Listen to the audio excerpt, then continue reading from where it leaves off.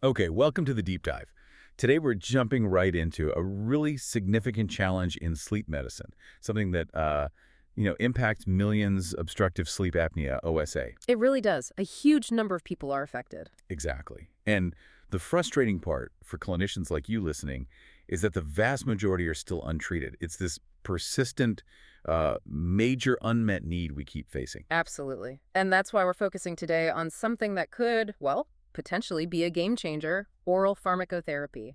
Specifically, we've got the latest Phase 3 results for Apnimed's AB-109. Right. We're going to unpack the LunAIRo study results and critically how they line up with the earlier SynAIRgy trial data. The goal is to really understand what this new data means. Yeah, our mission here is to give you, as sleep medicine professionals, the latest information so you can think about how these kinds of innovations might, reshape how we approach treatment for all those patients out there. So the big question really is, what's the actual potential of 8109 based on these findings? And what could it mean for day-to-day patient care? It feels particularly timely, doesn't it?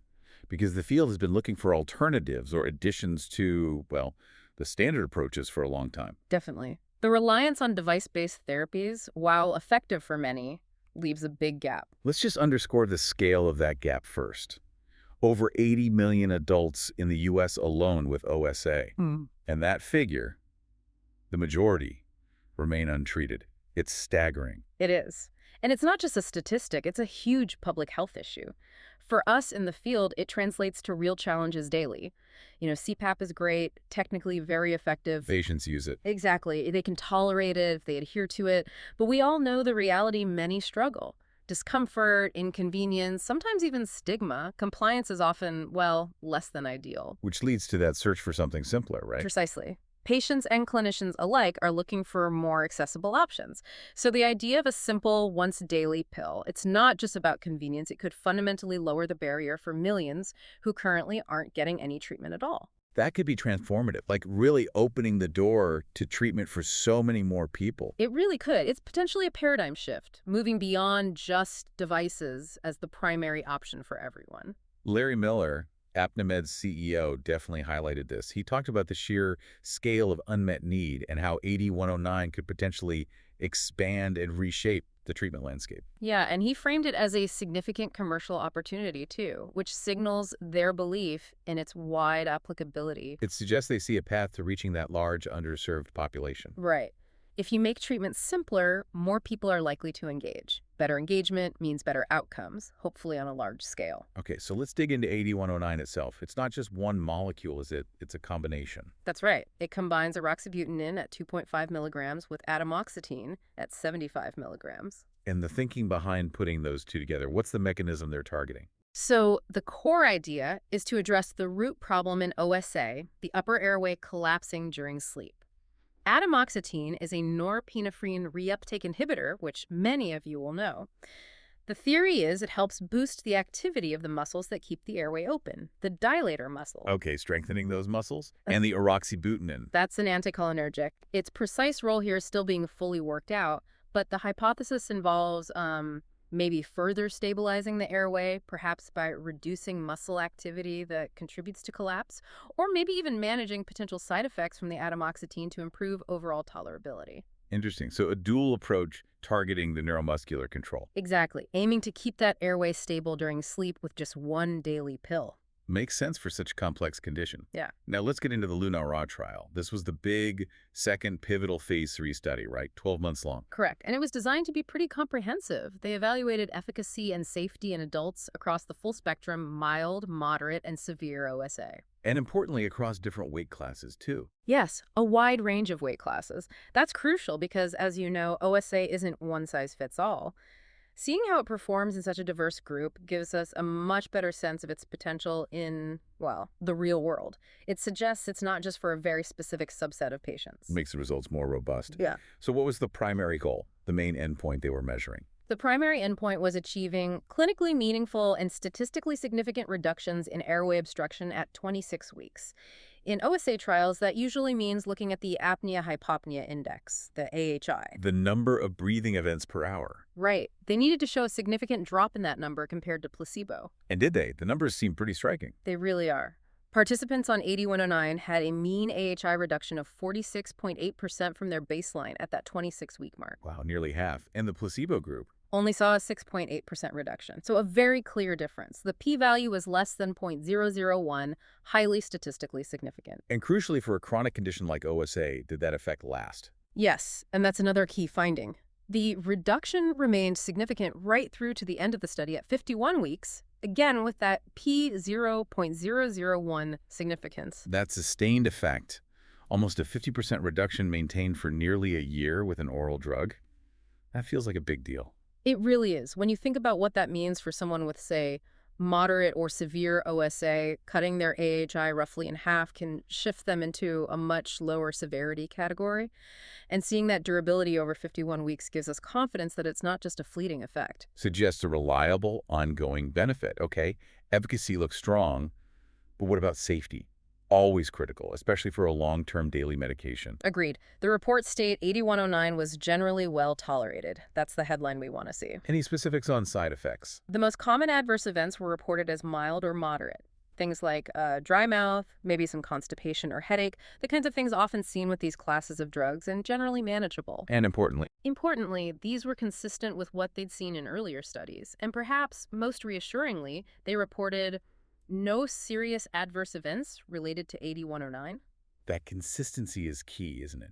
Especially the fact that these LunAIRo results mirror the positive findings from the other Phase 3 trial, SynAIRgy. Absolutely. That's exactly what you want to see. It's not just one trial showing a positive result. It's two large, independent studies showing a similar pattern of both efficacy and safety. It really strengthens the overall evidence package. It provides really robust clinical evidence, as Dr. Sanjay Patel, the LunAIRo study chair, noted. He specifically mentioned the consistency of the promising findings across both the LunAIRo and SynAIRgy trials. That kind of statement coming from the study chair carries a lot of weight for clinicians evaluating the data. It suggests the findings are reliable, pending the full FDA review, of course. Of course. Now, while reducing AHI is the main target, we know overall health, especially oxygen levels, is just as critical for patients. Did LunAIRo show benefits beyond just lowering the AHI score? Yes, and this is where we see the broader clinical impact.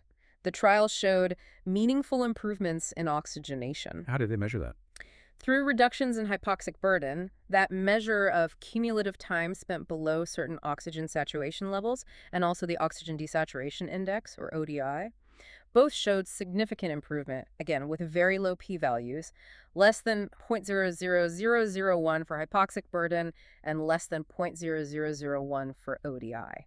And these improvements were also sustained at 51 weeks. Yes, sustained at both 26 and 51 weeks. And for us in sleep medicine, this is incredibly important. Reducing that intermittent hypoxia, the dips in oxygen, is thought to be crucial for mitigating those long-term cardiovascular risks, hypertension, heart attack, stroke associated with untreated OSA. So it's not just about fewer events, but potentially less physiological stress. Exactly. It's tackling a core part of the pathology. What about individual responses? Did a good number of patients see a really significant drop in their AHI? Yes, the data showed a significant proportion of participants achieved a 50% reduction in AHI from baseline. Again, highly statistically significant at both 26 and 51 weeks, p0.0001. That 50% mark often feels like a clinically meaningful threshold, doesn't it? It really does. Seeing a substantial number reach that level suggests a strong response for many individuals. And building on that, the trial also showed AD109 improved OSA disease severity for 45.0% of participants at week 26 and 47.5% at week 51. So nearly half the participants effectively moved down a category, like from severe to moderate or moderate to mild. Precisely. That kind of shift has real implications for their long-term health prognosis and potentially their day-to-day quality of life. And for some, did it go even further? Any achieving what we might consider complete control? Remarkably, yes. The study reported that 22.9% of participants achieved an AHI of less than 5, considered complete disease control at week 26, and that held fairly steady at 22.5% at week 51. Over 20% reaching an AHI under 5 with the pill. That's quite something. It really is impressive in the context of pharmacotherapy for OSA.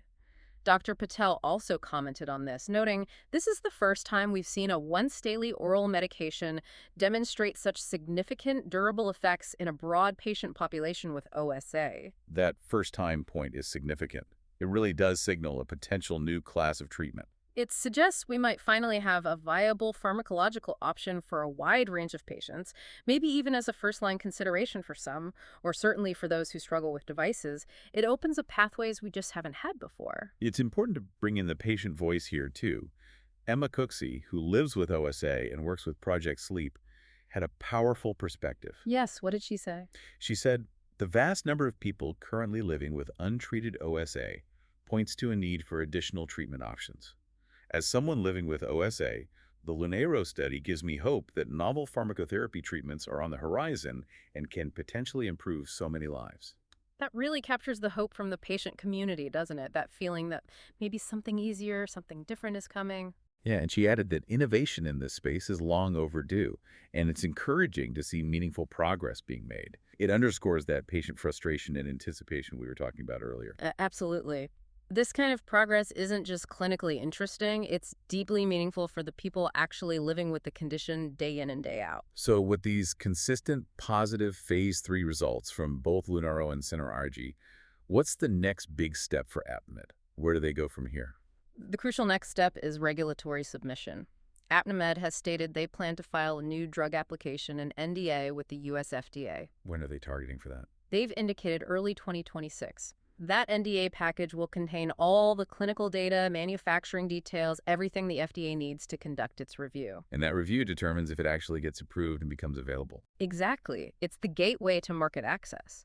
Apnimed's CEO, Larry Miller, mentioned their focus is now on ensuring we have the capabilities, people, and partnerships in place to bring this innovative drug to patients and the clinicians who treat them. It's about preparing for that potential launch. A huge undertaking, moving from trial success to actual availability. Definitely, but necessary to get it into the hands of clinicians and patients who might benefit. Okay, so wrapping up this deep dive, the picture emerging from these Phase 3 trials, LunAIRo and SynAIRgy, is pretty compelling. 8109 shows consistent efficacy, durability over a year, and a generally well-tolerated safety profile. It genuinely seems to hold potential as a much-needed, simple, once-daily oral option for a really broad range of people with OSA. For you, the sleep medicine professionals listening, the implications here are, well, potentially profound, aren't they? Absolutely.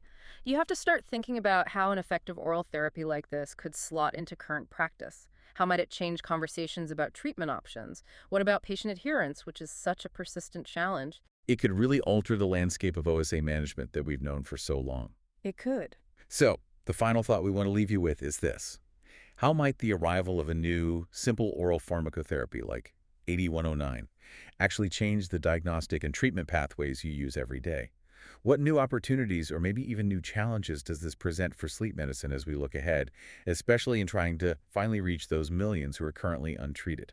It's certainly something to think about. A potentially very different future for OSA treatment might be on the horizon.